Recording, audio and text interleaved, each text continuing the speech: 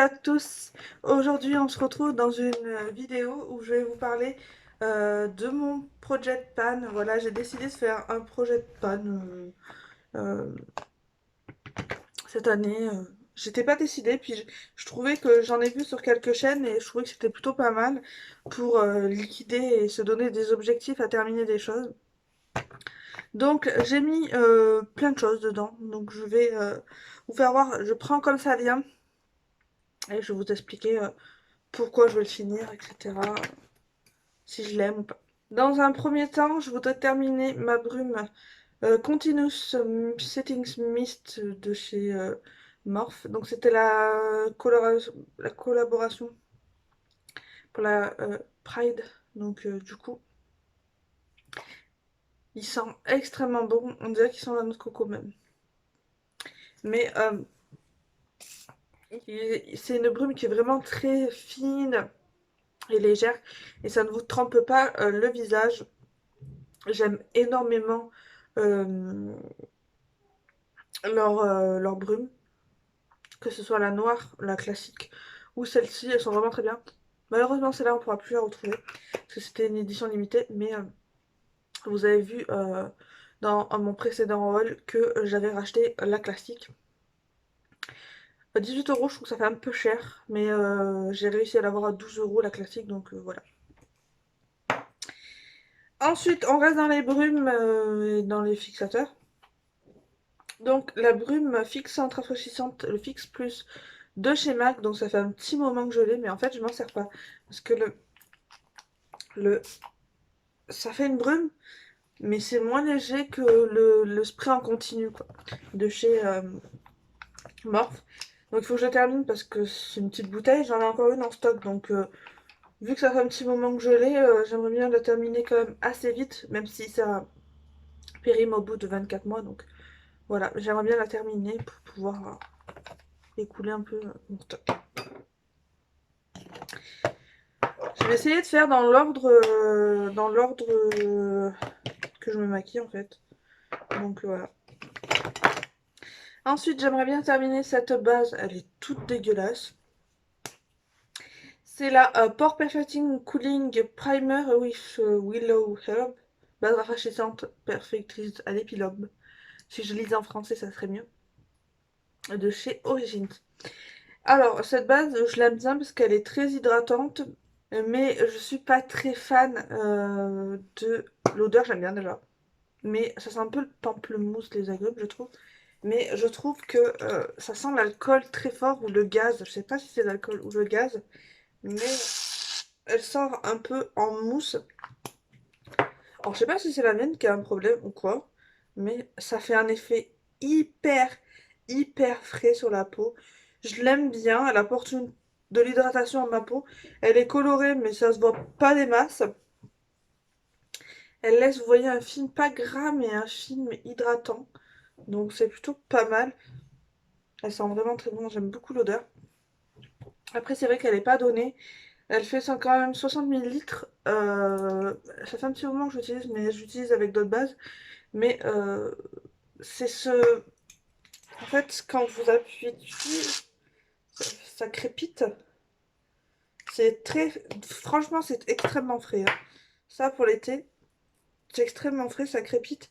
Mais il y a une odeur de gaz ou d'alcool, je sais pas, qui me dérange.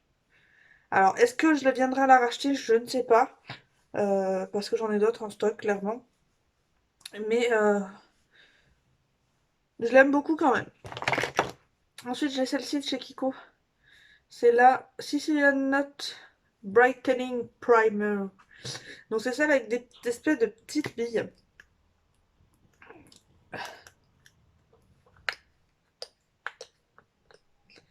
En fait, au fur et à mesure que vous pompez, ça remonte et ça écrase un peu les billes. Elle est super irisée, assez hydratante également. Elle vous laisse pas de... Vous voyez, elle est quand même pas mal irisée. Elle laisse pas un film collant ni gras, mais elle est extrêmement irisée. Elle apporte un glow très sympa. Après, moi je suis pas trop regardante sur les bases en fait. Avant j'en mettais pas clairement et maintenant je sais que j'aime bien en mettre une pour que ça mène une hydratation en plus à ma peau, en plus de ma crème, donc voilà, mais j'aime bien. Voilà. Ensuite j'aimerais bien terminer la CC Double Correct Perfecteur Automatique Booster d'éclat teint unifié de chez Herborian. Je crois que je l'avais eu dans un swap celui-là. Alors c'est une crème qui est violette. Quand on la voit comme ça, on pourrait avoir peur limite. Mais quand vous avez le teint violet, ça vous fait un peu le teint violet rose. Je sais pas si vous allez voir, mais ça fait un peu violet rose. Mais après, ça se fond parfaitement dans la peau. Ça amène quelque chose en plus. Voilà, ils disent que c'est des pigments encapsulés. Et vous voyez, c'est pratiquement plus rose. Et c'est aux couleurs de ma peau. Donc c'est pas trop mal. Mais après moi je l'utilisais comme une base en fait. Alors peut-être que je l'utilisais mal. C'est pas non plus mon... Non en fait je l'utilisais pas mal. On dit de l'appliquer comme un soin de jour ou comme une base. Moi je l'appliquais en base. Après franchement elle est pleine, hein, euh, elle est pas mal pleine. C'est vrai que la couleur est très particulière mais quand vous l'étalez ça change de couleur. C'est assez marrant. Mais ouais pourquoi pas la terminer. Euh, je suis désolée du bruit que vous entendez, c'est mon sèche-linge. Pourquoi pas la terminer. Ensuite, j'ai la CC de chez CC Plus de chez It Cosmetics. Alors, je l'aime pas du tout. Là, je trouve qu'elle coûte un bras pour la contenance. Elle fait 12 millilitres. Je crois que j'ai payé 15 euros, je crois. Mais je l'aime pas trop parce qu'elle marque toutes les zones de sécheresse. Là, ça a l'air pas mal comme ça sur la main. Mais elle marque toutes les zones de sécheresse. Et vous voyez tous les pores de la peau. Elle a une odeur un peu de romarin, de trucs comme ça, je trouve. Mais c'est vrai qu'elle marque un peu trop les pores de la peau. Donc ça, j'aimerais bien le terminer. Si je le termine pas, je le donnerai à quelqu'un. Mais je suis pas très fan. Ensuite, j'aimerais bien terminer la bébé crème originale classique. Donc la classique de chez Garnier. En teinte light. Alors ça, généralement, c'est ce que je mets l'été. Pour en fond de teint parce que c'est vraiment hyper léger en couvrance. C'est très très léger en couvrance, très extrêmement hydratant. Et ou alors quand j'ai vraiment pas beaucoup de boutons, mais en ce moment c'est une cata ma peau. Et après il faut pas en mettre trop non plus. Passé un moment je l'aimais énormément et maintenant je l'aime moins. Là depuis que je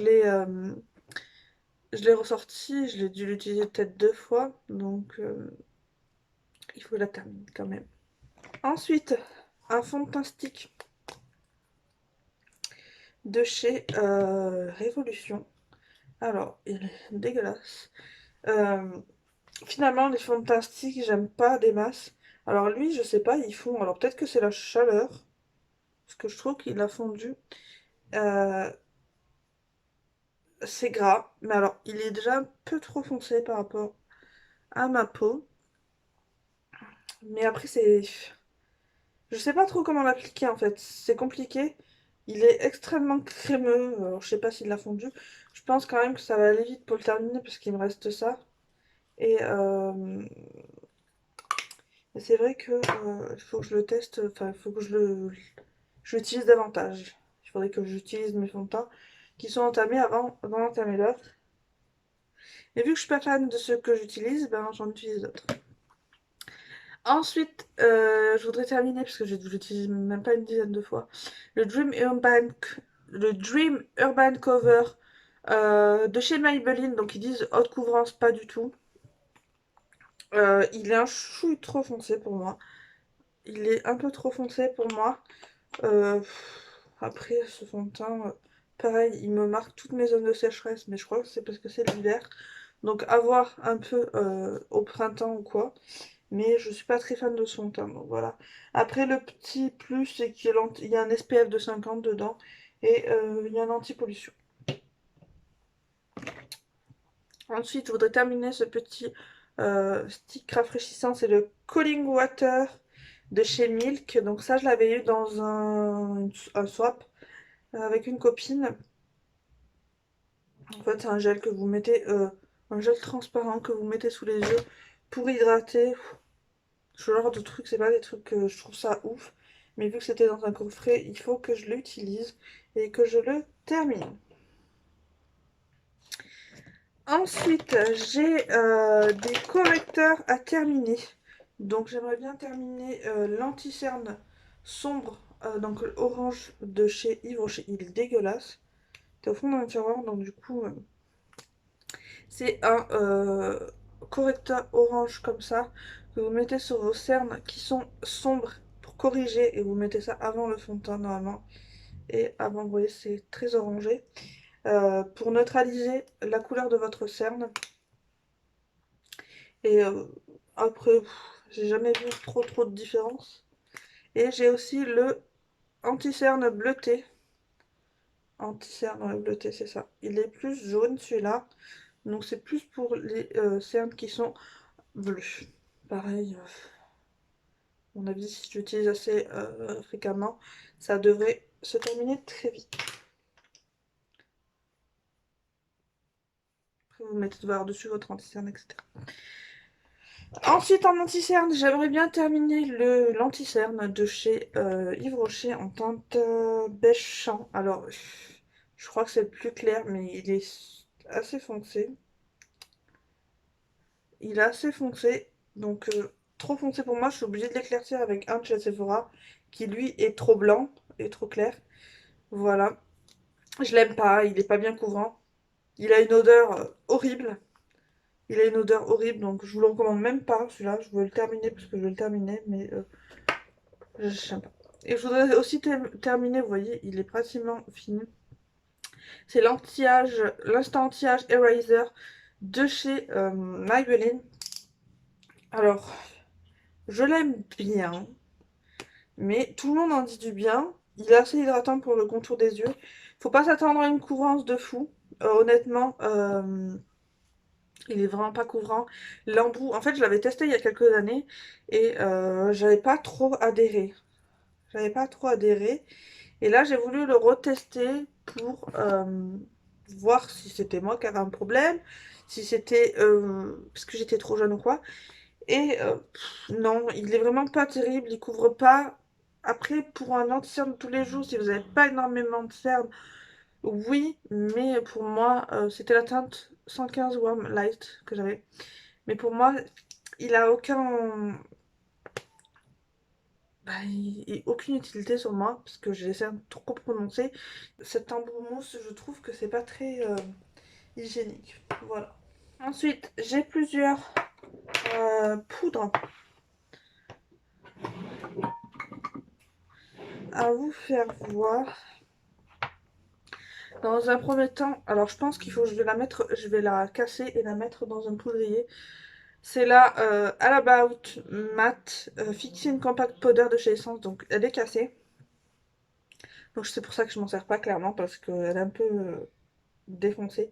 Donc ce que je vais faire, c'est que je vais la mettre en poudre et la mettre dans un... parce que j'en mets partout, oui, dans un poudrier euh, libre, comme ça je vais pouvoir m'en servir. Ensuite, là, donc elle, je m'en sers très souvent, mais elle a une contenance assez énorme. Je sais plus combien elle fait. C'est la Higher Earth Revolution, c'est la coconut. Donc je l'ai bien dégommée, j'ai enlevé le tamis. Donc je l'ai bien dégommé, vous voyez ce qui reste, il reste pas grand chose. Ça sent légèrement la coco, mais c'est pas ouf. Pareil, je m'en sers très souvent, donc je m'en sers très souvent, donc voilà. Ensuite, j'aimerais bien terminer cette poudre, qui est une poudre, je crois, pour la paupière. Je sais pas, j'avais eu ça dans un swap, j'ai jamais su ce que c'était. J'ai jamais su ce que c'était. Je crois que c'est une poudre pour poudrer la paupière. Donc ça, je voudrais le terminer. Mais je suis en train de terminer des fards euh, mono, comme ça, de chez Kiko. Parce que je mets ma base et je poudre avec un fard neutre. Donc là, c'est la teinte... C'est effacé la teinte, je peux pas vous dire. Mais c'est un fard beige, vous voyez, je l'ai creusé. Première fois de ma vie que je creuse un fard comme ça. Mais je crois que j'en avais utilisé un, je l'avais... Oui, je crois que c'était de chez AliExpress que j'avais terminé comme ça. Mais ça, je m'en sers tout le temps, donc voilà. Ça se creuse vite et je unifie ma paupière avec. Et ça permet de... moi, j'arrive à mieux estomper mes fards avec.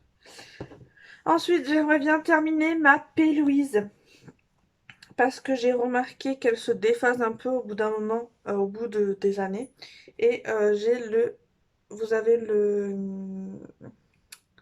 l'embout qui s'arrache. On va peut-être entendre un petit bruit. Mais il y a un appel d'air en fait. Donc voilà. Puis elle est pratiquement terminée. Il doit me rester peut-être ça dedans.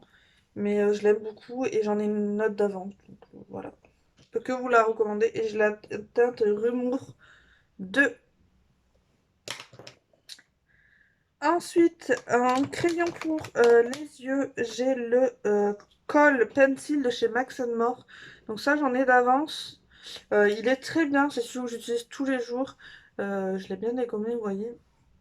J'aimerais bien le terminer. Il est assez noir, même s'il est un peu noir grisé. Mais il me convient parfaitement, il tient bien. J'en ai d'avance, donc voilà. Ensuite, là, vous avez un petit taille-crayon de l'autre côté et une petite mousse pour estomper si vous voulez faire un effet fumé. Voilà, il est plutôt pas mal, je l'aime beaucoup, j'en ai un stock. Mais j'aimerais bien quand même le terminer. Ensuite, j'ai trois liners, donc celui de chez, parce que vous savez, moi j'utilise principalement des cake liners, donc il faut mettre de l'eau et pour activer la solution et vous pouvez tracer votre trait. Je trouve ça mieux, je trouve ça plus opaque et c'est moins embêtant que ça et ça coûte à la sortie moins cher. Donc c'est le Tattoo Liner de chez Kat Von D, j'aimerais bien le terminer. C'est l'un de mes liners préférés. Il est très noir et le fait que ce soit des poils au bout et non un embout feutre, je trouve ça mieux, plus précis et j'aime beaucoup. Le même chemin, c'est un, un liner de chez Révolution. Donc lui, le problème, c'est que quand je trace sur un fard, et ben, je peux plus faire mon liner entier parce que il sèche trop vite. Donc c'est un chez Révolution. C'est une pointe feutre.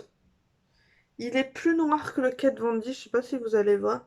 Mais il est plus noir que le Kat Von D. Mais il est assez pas mal. Mais bon, il faut pas avoir trop de matière sur la paupière pour pouvoir faire votre trait. Et ensuite, c'est le Flyliner de chez Fenty Beauty. Alors lui, c'est un embout feutre également, mais la pointe est tellement fine au bout que ça s'écrase et que c'est un peu galère. Alors lui, c'est le moins noir de tous.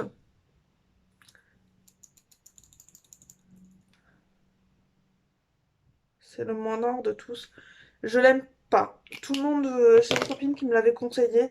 Je l'aime pas, je l'ai eu dans un kit, mais je ne suis pas fan du tout. Je trouve qu'il est pas terrible et voilà, je ne rachèterai pas, bien entendu. Et enfin, pour finir cette vidéo, qui est très longue, j'essaie de faire assez vite pour vous faire voir mon projet de pan que j'aimerais mettre en place et terminer. Il y a le mascara CoverGirl, le Lash Blast Volume, voilà, qui a une brosse comme ceci. La brosse est énorme pour le cil, mais il est plutôt pas mal. De toute façon, je ne le rachèterai pas parce que ça vient des US. Et j'ai pas envie de commander aux US juste pour ça. Mais c'est pas non plus le mascara de l'année. Et j'ai le mascara volume déployé de chez Yves Rocher. Qui a une brosse classique comme ça, mais en poil. Il est pas mal, mais il sèche extrêmement vite, je trouve. Donc j'ai dû rajouter un peu de sérum physiologique dedans pour le délayer un peu. Et j'aimerais bien terminer le Unexpected Paradise de chez Kiko. Alors ils disent qu'il est waterproof, mais alors il n'est pas du tout pas waterproof. Il a une brosse également énorme, vous voyez par rapport à mon oeil.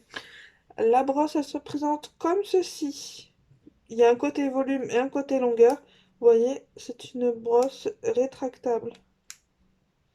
Et franchement, il est tip top ce mascara. Je l'aime beaucoup, j'en ai d'avance, donc je ne le rachèterai pas parce que de toute façon, on ne peut plus le trouver ou alors, je sais pas s'il il en reste en stock. mais il est plutôt pas mal. Franchement, je l'aime beaucoup. Le design du mascara est très joli. Voilà, n'hésitez pas à me dire dans les commentaires si vous avez mis en place un projet de panne ou si vous vous en fichez de terminer les produits. Moi j'ai décidé de faire ça pour me challenger un peu et pour terminer les produits qui dorment dans les placards que je ne sers pas forcément ou alors que j'adore mais pour finir aussi rapidement. Parce que j'adore tester donc j'aime bien passer à autre chose et passer à autre chose. Voilà, j'espère que cette vidéo vous aura plu. Je vous fais à tous et à toutes de très très gros bisous et je vous retrouve dans une prochaine vidéo. Bye bye.